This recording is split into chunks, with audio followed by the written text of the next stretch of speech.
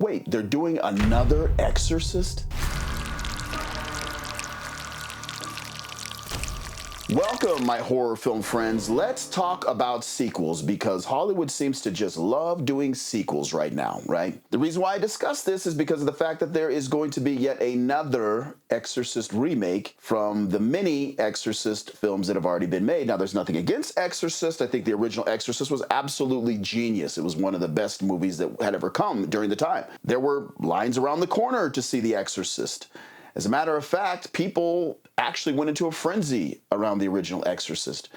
But of course, The Exorcist started to get stale. Like many films in Hollywood, especially horror films, they took an idea and beat it into the ground. Let's take, for example, Amityville, which initially was a great idea, but as they continued to keep beating the franchise into the ground, there was never really a good remake of Amityville. Let's just all come to that conclusion. Friday the 13th, parts 1 through 4, in my opinion, were classics. They were great.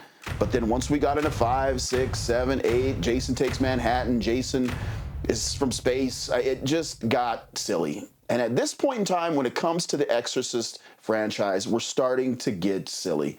Now, however, there's going to be a real incredible remake, according to the latest filmmaker. His name is Mike Flanagan. And let's just read a little bit about what he's going to be doing. So, a planned trilogy of the new Exorcist films was scrapped after The Exorcist Believer proved to be a major miss. The horror maestro Mike Flanagan's reimagined The Exorcist film will hit theaters on March 13, 2026. Universal announced that on Tuesday. So, put another way, this isn't the devil you know. Blumhouse and Morgan Creek's plans for a trilogy of new Exorcist films was derailed with a poor and polarizing response to last year's The Exorcist Believer. It was directed by David Gordon Green, and last month the filmmakers announced they're going to give the reins of the franchise over to Flanagan. Let's just talk a little bit more about what Flanagan's actually going to do. Flanagan, whose credits include The Haunting of Hill House, Midnight Mass, Gerald's Game, good movie, Dr. Sleep, good movie, and The Fall of House of Usher, has created an entirely new narrative nightmare that is not a sequel to any previous Exorcist films and that charts a new course for the film franchise. Well, that's exciting to hear. I look forward to seeing the remake. I'm quite skeptical because of the fact that we have remade this idea again and again. But based on Flanagan's past with Gerald's Game and Dr. Sleep, Fall of the House of Usher, it might be a really new, reinventive look on The Exorcist. I will give him that. Look, they could remake Halloween 50 million times, but when they really do a good remake like they did on this last Halloween, I'm all in. If he could do a really good remake on The Exorcist where he can reimagine the original, I'm willing to take a look. But I really do think that Hollywood needs to step away from some of these sequels. I just truly do. There's so many sequels that are unnecessary these days. And we could have some great original ideas. Movies like Hush, movies like The Strangers, movies like this next movie I'm going to talk about, which is also another sequel, or can we say a remake? It's called Speak No Evil. So the original Speak No Evil, it appeared at Sundance. And let me explain to you a little bit about the original Speak No Evil so you can understand the context when we start talking about this remake of Speak No Evil.